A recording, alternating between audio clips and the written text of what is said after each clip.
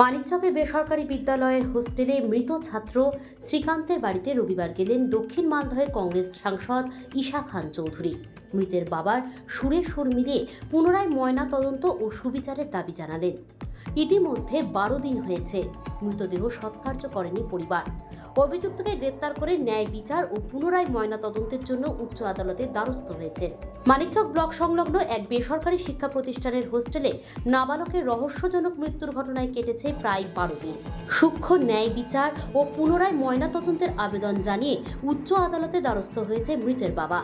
এদিকে পুনরায় ময়না তদন্তের আশায় মৃতদেহ ফ্রিজের মধ্যে সংরক্ষণ করে রেখেছে মৃতের পরিবার। এদিকে রবিবার দুপুরে মৃতের বাড়িতে উপস্থিত হন দক্ষিণ মালদহের কংগ্রেসের সাংসদ ঈশা খান চৌধুরী।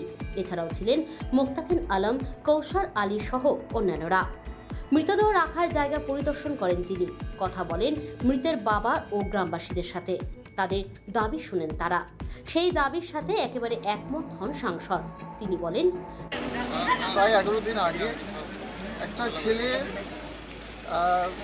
প্রাণ চলে গেছে। আমরা শুনতে পেরেছি মা বাবা সন্তুষ্ট নেই যে তদন্ত হয়েছে।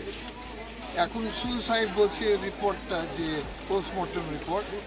কিন্তু মা বাবা তো, আমরাও চাইছি এর থেকে ভালো একটা তদন্ত। কারণ দেখুন, প্রত্যেক ঘরে থাকার উচিত সিসিটিভি ক্যামেরা। আমাদের প্রথম কথা হচ্ছে সিসিটিভি ক্যামেরা যদি থাকতো তাহলে জিনিসটা ক্লিয়ার হয়ে যেত। সিসিটিভি ক্যামেরা স্কুলে চলছে না কেন, এটা একটা প্রশ্ন। 2 নম্বর প্রশ্ন হচ্ছে যে এরা, আমাদের দাবি হচ্ছে যে আর একটা রিমেডিকেল হোক, আর একটা পোস্টমর্টম সেকেন্ড টাইম হোক। নাহলে আমরাও তো সন্তুষ্ট হচ্ছে না। কারণ 14 বছরের ছেলে কি করে সুইসাইড করে, কোনো জবাব নেই, কোনো মিনিং নেই, কোনো কারণ দেখাচ্ছে না স্কুল, খালি বলছে। তো কী করে হলো? আমরা একটা ভালো তদন্ত চাই। এটা পরিবারের দাবি, এটা এখানকার গ্রামবাসীর দাবি যে আমাদের 14 বছর ছেলে প্রাণ হারিয়ে ফেলেছে। আমরা সঠিক তদন্ত চাই। এটা আমরা এসপির কাছে যাচ্ছি কিছুদিনের মধ্যে এই দাবি রাখার জন্য, যে এখানে সেকেন্ড টাইম একটা পোস্টমর্টম হোক কল্যাণী হসপিটাল থেকে, এটা দাবি। আর 2 নম্বর, আরও এভিডেন্স ভালো করে তদন্ত করুন। স্কুলের সিসিটিভি ক্যামেরা চেকিং হলো না, হয়নি কেন? পরিবারের পাশে একটা নাম্বার আমি দিচ্ছি, আমিও দাবি রাখছি যে কল্যাণী আমাদের এইমস হসপিটাল আছে, এখানে রিমেডিকেল হোক। একটা সেকেন্ড টাইম আমরা একটা পোস্টমর্টম চাইছি, ওটাকে বলে রিমেডিকেল।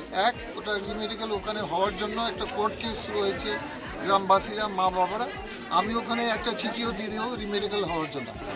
আর এগুলো তো আমরা সন্তুষ্ট নেই, আমরা ভালো তদন্ত চাই। যেখানে একটা সুইসাইড বলা হচ্ছে, তো একটা প্রমাণ দেখান। মানে এখানে আপার ক্যামেরা চলছে না কেন?